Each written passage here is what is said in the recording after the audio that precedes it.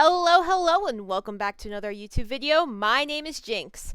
Spring is coming up, so how about we make the Apprentice Goddess of Spring? We are using a Dream Valley Calle as a base, and we got a lot of painting coming up, so let's head right into the chaos. As previously mentioned in my first video, people use two types of dolls for customizing. Well, mostly. One is a fashion doll, which is 1/6 scale. Think Barbie or Monster High. The second is a ball-jointed doll, or a BJD, a resin doll strung in elastic. Yet again, we're going to be using a BJD base for our doll this custom. This lovely Dream Valley Calle will be transforming into the lovely spring-themed doll that I have planned. I'll show my base idea on screen now. This doll has lovely sculpting and is beautifully made, if a bit of a pain to post. Those back legs hate existence, I swear. But as you may have noticed, she's a centaur. A giraffe centaur, to be more specific. I just love her, and the fact she's a little centaur, she's so precious.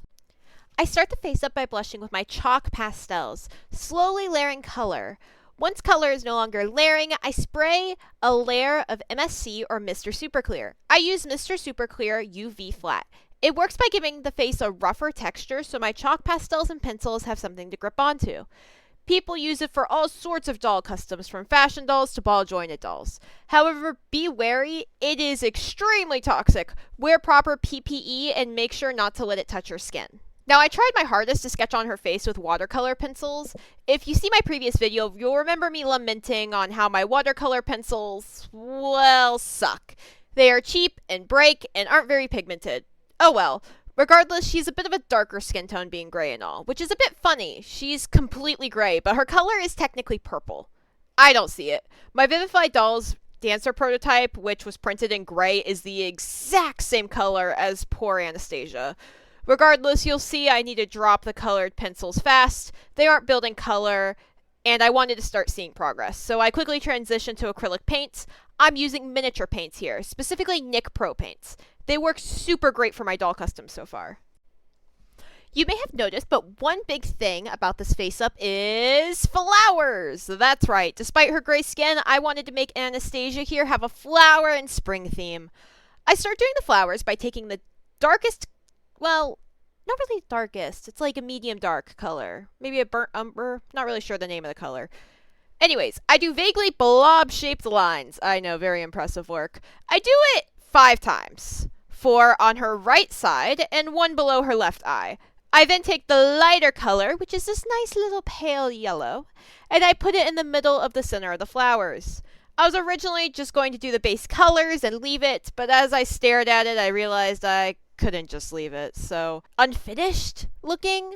So I brought a dark brown and started making line art around the shapes. When I first did this, I genuinely thought I ruined the doll. I sat there thinking, oh my god, I ruined her. But then I stopped panicking and continued on. I proceeded to do a lot of the refining off camera. Just imagine me stressed, hunched over the doll, going, it'll all work out, it'll all work out. But in the end, it did work out. I think her flowers turned out absolutely delightful, and her face did too. I was debating for a long period not giving her eyebrows. I do end up giving them in the end, but I'll show that footage later. I did do one mistake. I tried adding a pattern on the end of her ears. It wasn't bad, but I found myself asking all my friends if it looked okay, and I realized if I had to ask for validation from everyone else, I wasn't happy with it deep down. So after all that work, I scrapped it. I cut it down in this section just to save time, but just imagine I was working on it for a long time. Instead, we are going to blush the ears and add earrings. I got these adorable acorn earrings you'll see later on. Before I work on her eyebrows, I start work on her flank. I loved MLP as a kid, so I thought it would be fun to do flowers on her flank as a homage to that. To be honest, I regret not getting this idea sooner and using it as practice. The lines turned out way cleaner overall because the face ended up being my practice. So I'll be the first to say, if you're trying a new technique, maybe don't try it on the doll's face. Because, well, it's common sense, really, but apparently I didn't think of it. Now, with the flank, I liked one side, but disliked the other. The one with the 4 flowers, in my honest opinion, looks amazing. But the side with 1 flower looks out of place. I was trying to match the face with 5 flowers, 4 on one side, 1 on the other. but I hate the shape of the giant flower. Before the video's up, I may redo it completely. We will see if I have the guts or if I'll just accept my fate. But with all that said and done, let's move on to the wig. At this point, my wig fibers came in, and I'm going to record the wig process this time around. Wish me luck. I start with a saran wrap base, applying layers of Elmer's glue until it hardens into a helmet. Wow, such a short sentence for something that took like 2 days of off and on work. Oof. Also, in that 2 days, I only really recorded like 10 minutes of footage of it because I was like, I don't need to record this. I don't need to take up my space. You get the gist of it after the first like 2 layers. You know, you get it. Now, for those curious, my wig fibers were nylon from Shimmerlocks. I'll link the exact color in the description box below. I personally ordered 1 ounce and it worked great for my tiny, smaller than 1/6 scale doll. I'll be experimenting with a 1 ounce for bigger dolls in the coming days. We will see how that works, but I did have plenty left over from when I made Anastasia's wig, so it may. But I'm also not an expert, so don't ask me in the comments below. I can't really give answers. Ironically, one of the hardest parts was cutting the nylon. I didn't think to like separate the hair. It was just in one big chunk, so I just went to cutting a thick piece of hair completely straight-faced. And you can't see this on the video. I ended up panicking because it was not cutting clearly, nor doing it easily, and I was worried I was messing everything up. But after a lot of hacking and some almost tears, I got the hank cut in half. From there, I started making wefts. The wefts are made by gluing the hair onto a smooth plastic surface. I'm using this Rainbow High Doll packaging front I still have around. I basically soak the hair in sections with Elmer's glue and hope for the best. And a few hours of letting it fully dry, it finally dries and is ready to be peeled, TM. I peel it off the plastic and realize it's way too long, so I decided to cut it in half again and glue it again so that I get more bang for my buck. This worked good, and after a few hours of gluing and peeling and cutting the wefts, they were ready for the doll. I didn't make enough wefts to start, I must say, so I suggest if you make your own wigs, you make more wefts in advance. There's my little advice as a person who's now made 3 wigs and only 1 from nylon. After I get all the wefts, I start gluing them to Anastasia's head, one by one. I start on the bottom and work my way around the edges and middle, slowly to the top. The whip cap felt so flimsy in the beginning, even with my like 5 million glue layers, but after a bit I realized the hair being glued on reinforced it, so that worked great. Gluing the hair was a simple process. I just took the ends of the wefts and put the fresh glue on them and stuck them to the head. Now, it's not all fun and games in the world of Jinx. Oh no. For eventually, I made it to the part and bangs, my ultimate enemy. Now, the traditional way to get a beautiful part line and bangs is to glue the wefts backwards, and then fold them over. It gives a beautiful look and once reinforced, stays looking good. I can't get it to work. I don't know if my wefts are too thick, or if my doll's too small, but try as I might, when I try this method, it doesn't work. With Anastasia, I work on the bangs first, gluing them backwards, then intending to flip them. But once they dried, I tried just that. Only it wouldn't lay flat. It kept moving to the side. So the bangs didn't want to be, well, bangs. That's okay. When they flipped, they at least went to the side, so I left it like that, then flipped over and kind of giving a flip. I don't know hair terms. Basically side swept bangs. And then I kept gluing more wefts to the head until I made it to the dreaded part. Da-da-da. Now, I tried to do the part right. Glued the wrong way, then flipped it, and it turned out bad. I don't know what I'm doing wrong, folks, but it turned out with a white tint despite being clear Elmer's glue, and it looked bad. Okay. What I decided to do was just glue 2 wefts on top, facing each other. It's not the best looking, but it works. I'll try my hand at a proper part in a future video. Maybe smaller dolls just can't get good part lines. Or maybe I'm bad at this. Who knows? All I know is that we are going to now move on to the eyes, which arrived just in time. The eyes arrived just as I finished the wig. Great timing, right? I got 8mm brown acrylic eyes from Denver Doll Emporium. They look amazing in this girl, and I'm so happy I got them. Maybe in the future I can try and make my own eyes, but today is not that day. And with that, her face is almost done, minus the eyebrows. We'll get back to those. But we're going to go ahead and move on to her outfit. Now, I used saran wrap yet again for this part of the project. What I did was I wrapped her torso a few times in saran wrap. Then I proceeded to take masking tape and layer it over that so that I can mark it, cut it, and use it as a pattern reference. This is not a good way to explain it. If you want to learn more, I'll post my friend's tutorial in the description box below. I'm no expert. I can barely sew myself. Now then, let's get on to cutting the pattern pieces and sewing them together. I'm going to try my best this time around to show off my sewing process with the machine. Will it turn out good? Hopefully.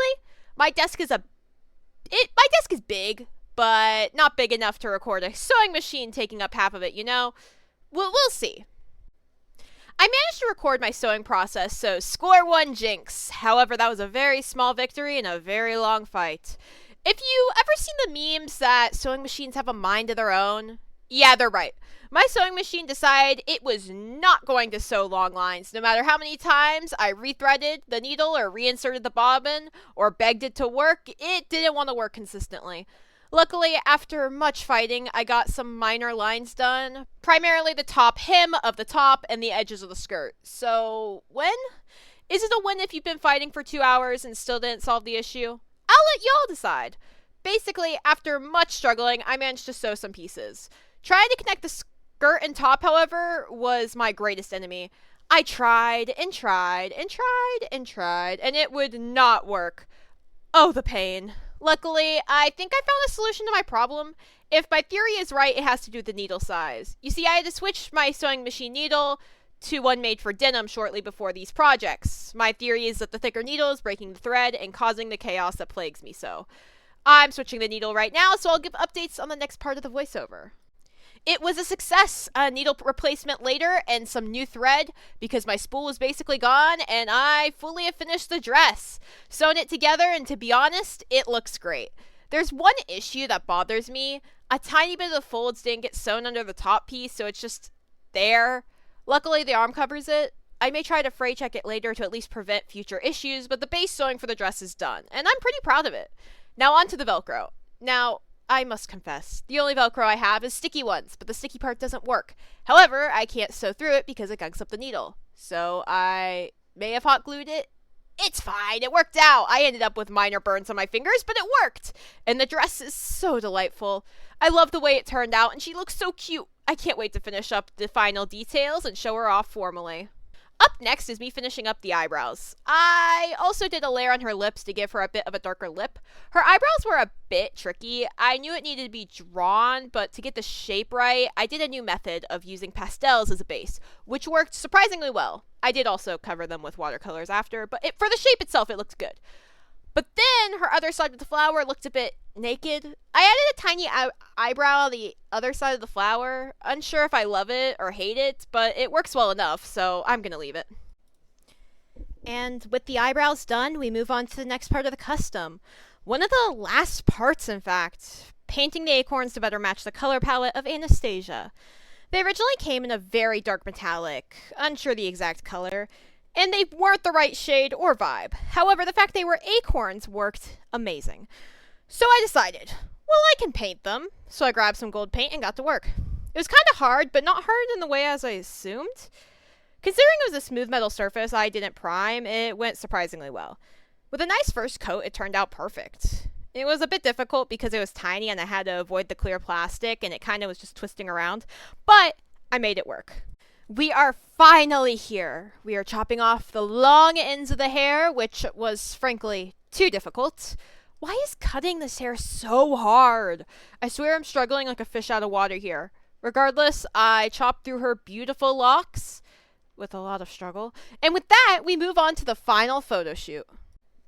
It's bittersweet photographing her outside. She's meant to be the goddess of spring, and yet my yard is dead because it's the end of winter. But there was some light at the end of the tunnel. We have a few trees blooming with flowers, so I set her up around them and took some photographs. I'm no photographer, and this is my phone camera, but I'm so proud of how she turned out and how much progress I made with her. To be honest, I wasn't sure if she'd turn out how I thought, but she did. I think she turned out amazing, and I'm so happy she did. I just realized there was no shot of her flank cutie mark thing, so I'm adding it right here. Okay, continue on. I hope you all liked this video. Please like and subscribe if you enjoyed it, and have an amazing day. Bye! Also, be on the lookout for some more videos coming in the near future.